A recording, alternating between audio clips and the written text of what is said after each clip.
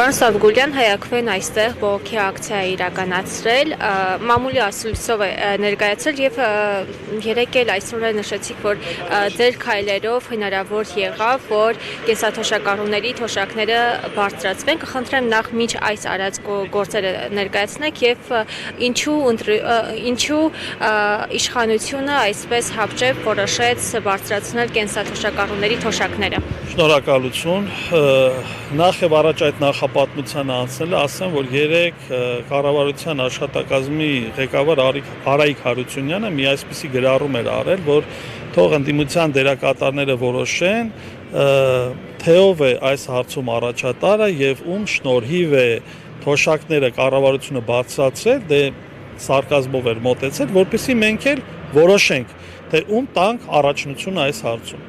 Պետք է նշել, որ ընդդիմադիր առողջ ուժերը երբևէ միմյանց նկատմամբ խանդով չեն վերաբերվում, սա ընդհանուր հաղթանակ է, բնականաբար այս հաղթանակի մեջ Հայաքվեն ունի իր հստակ ընդգծված բաժինը, որովհետև կոնկրետ այս հարցով շուրջ 6 ամիս մենք դաշտային աշխատանքներ ենք տարել, ստորագրահավաքներ ենք կազմակերպել, կենսաթոշակառուների շրջանում հարցումներ ենք իրականացրել, նվազագույն զամբյուղի հետ կապված կարիքների գնահատում ենք արել եւ հասկացել ենք մինչեւ այդ 6 ամիսը, նաեւ դրանից առաջ, որ երկրում ամենակարևորագույն խնդիրը շարունակում է մնալ սոցիալական անարդարության հարցը, որ կենսաթոշակառուները, նպաստառուները իրենց զգում են վիրավորված եւ թիրախավորված։ Եվ այս առումով այն առողջ ուժերը, որոնք գալու են իշխանության եւ ձևավորել են նոր կառավարություն, նրանք հստակ առաքելություն ունեն երկրում վերականգնելու սոցիալական արդարությունը։ 2021 թվականին այս նույն կառավարությունը որոշում է կայացրել, որ 50%-ով գալիք 5 տարում իրենք պետք է կրճատեն աղքատությունը երկրում։ Իրենց հաշվարկներով, դա իրենց հաշվարկներով մոտ 1% թե 1.5% են կրճատել, տեսեք 50% եւ 1.5%։ Եվ այս պարագայում աղքատությունը շարունակում է մնալ գերիշխող հարց 21.7%։ Այսինքն այս առումով Հայաստանի Հանրապետությունում պաշտոնական հաշվարկներով 650-ից 700 հազար, իսկ իրականում ավելի, մինչև 800-900 հազար մարդ աղքատ է, այսինքն նրանց միջինացված եկամուտը 50,000-ից այն կողմ չի անցնում։ Եվ այս ուղղությամբ իշխանությունները հստակ քայլեր չեն ձեռնարկում։ Այսինքն եթե դուք 5 տարի առաջ ֆիքսել էիք, որ երկրում կա աղքատության այս մակարդակը, ինչի նման սոցիալական ծրագրեր 2022, 23, 24 թվականի չէիք իրականացնում, թոշակները չէիք բարձրացնում, պարտադիր առողջապահության ապահովագրության հետ կապված որևէ քայլ չէիք անում։ Այս համակարգները, որ ներդրել են թերիա, մարդիկ գնում են քաղաքացիները իրենց անունները բազայում չկա, հստակ չեն առողջապահական ծառայությունները, որոնք իրանց պետք է մատուցվեն։ Միայն լսում ենք հետևյալը, որ այս իշխանությունները թմկահարում են, որ մի քանի 100 մարդ ստացավ 4 միլիոնի ապահովագրություն եւ այլն եւ այլն։ Գուցե իշխանությունները ձեր տեսակետը չեն կիսում, որովհետև նրանք նշում են, որ վերջին տարիներին աղքատության շեմը նվազել է եւ անգամ կհիշեք, որ անցած տարի Վարդավառից հետո Նիկոլ Փաշինյանը հայտարարեց, որ հիմա ժողովուրդը ավելի լավ է ապրում, ավելի շքեղ է ապրում, ավելի անհոգ է։ Գիտեք ինչ, նույն Նիկոլ Փաշինյանը հակադարձեմ հենց իրեն իր խոսքերով եւ ասեմ, որ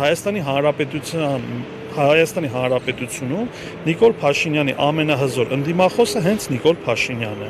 Եվ ոչ միայն այն կադրերը, երբ որ դնում են 2018-ից առաջ, այլ 2018-ից հետո։ Ով էր ասում, որ աղքատությունը ձեր ուղեղում է։ Ով էր ասում, չհասկացա, բանը, մենք պետք է զբաղվենք աղքատների հարցով, եթե մարդը դիվան է քշում, մենք պետք է իր սոցիալական հարցերը լուծենք, եթե ընդհանրական իմաստով ենք այս հարցին նայում, հա տարեցները նենց չի, որ կենսունակ են, ով էր ասում, որ տարեցները պետք է բիզնես դնեն, որ 70 տարեկանը, 75 տարեկանը ինչ տարիք է, երևի իր հաշվարկներով մարդու ծաղկման ժամանակաշրջանը սկսում է 75-ից հետո։ Միգուցե այս կառավարությունը նաև երկարակեցության հետ կապված որոշում կընդունի։ Այնպիսի որոշում, որ Հայաստանի Հանրապետության քաղաքացին պարտավոր է ապրել 150 տարի, հա, իրանց բոլոր որոշումները հիմնականում աբսուրդի ժանրից են։ Բացի այդ, գիտեք ինչ, իրանց նույն պաշտոնական տվյալներով աղքատությունը 21.7% է, այսինքն էական տեղաշարժը որտեղ է։ 3 ամսվա հատվածում դուք չեք կարող այդ էական տեղաշարժը տեսնել։ Այսինքն իրանք դա պետք է ապահովեն գալիք 8 տարվա ընթացքում։ 8 տարվա ընթացքում իրանք մոտ հաջող ստացվեց կրկնապատկել 2.5 անգամ մեծացնել պետական պարտքը։ Եվ այդ գումարները նաև ինչի հաշվին են գալիս։ Իշխանությունները մեղադրում էին նույն հայաքվեին եւ ընդդիմադիր ուժերին, որ իրենց նկատմամբ բարվում է, մղվում է հիբրիդային պատերազմ, որ ստիպում են սոցիալական ծրագրերի վրա գումարներ ծախսել եւ այդ գումարները իրականում պետական բյուջեում չկա։ Արսեն Թորոսյանը, աշխատանքի եւ սոցիալական հարցերի նախարարը, երբ որ մի քանի ամիս առաջ հայաքվեն նույն այս հարցը թմկահարում էր, ասում էր ժողովուրդ, ցույց տվեք ինձ այդ 100 միլիարդ դրամը, որը կա պետական բյուջեում։ 3 օր առաջ հայտարարում էր, որ ցույց տվեք ինձ այն 150 միլիարդը, որը չկա պետական բյուջեում, բայց իրականում այդ գումարը կազմում էր 175 միլիարդ դրամ։ Եվ փաստացի ստացվում է, որ Գևորգ Պապոյանի նման Արսեն Թորոսյանը նույնպես չի կարող հաշվարկներ անել։ Այս իշխանությունները ահավոր թույլ են մաթեմատիկայից։ Իրենք նույնիսկ բյուջե են ընդունում, չիմանալով հանդերձ, որ իրանք տնտեսական աճ են արձանագրում, հետո պայտակ հայտնագործում են, բացահայտում են, որ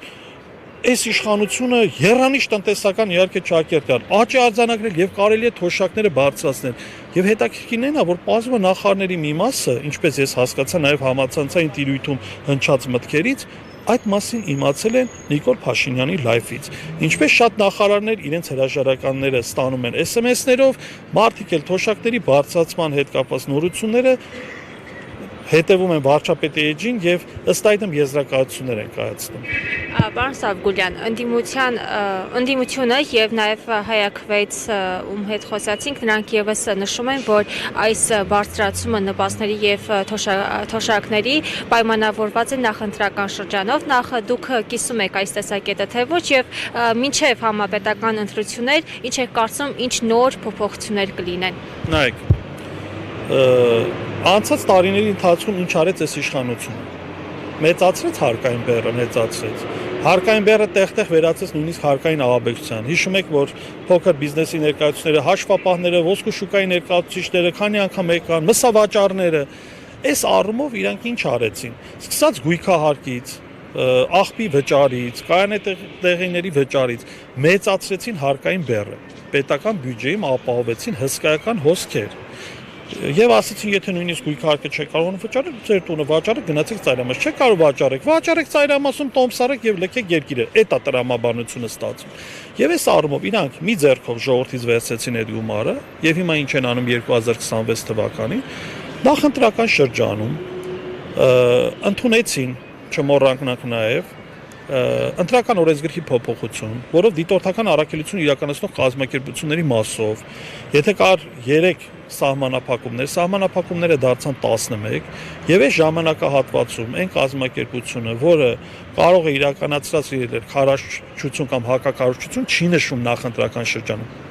Անորոշ է թողած այդ ժամանակահատվածը։ Իրենց կենտրոնական ընտրական հանձնաժողովը ուղղակի արգելում է մասնակցել ընտրություններին։ Ինչ եմ այս հարցը կարևորում եւ ասում։ Գալիս եմ ձեր հիմնական հարցին։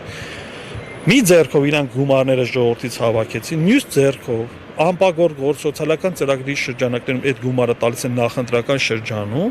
եւ դա իրենց որակով կոռուպցիա չէ, բայց դա օրինական կոռուպցիայի դասական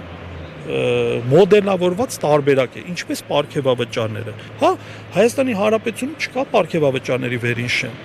Պարգևավճարը հաշվարկվում է աշխատավարձի հիմքով, ստանում ես 1 միլիոն դրամ, գրվում է քո աշխատավարձի 7-հապատիկի չափով, 50-հապատիկի չափով, 100-հապատիկի չափով, չկա սահմանափակում։ Սա վարչապետը կարող է իր նախարարներին 100-200 միլիոն դրամի պարգևավճար տալ։ Ինքը իրան պարգևաբանը սահմանել 1 միլիարդ դրամ պարգևավճար։ Օրենքը չի սահմանափակում իհարկե։ Չկա նման սահմանափակում պարգևավճարի։ Հետևաբար ինչ է ստացվում։ Իրանք ընդհանրապես բնակչության մասին չեն մտածում են միայն վերարտադրման մասին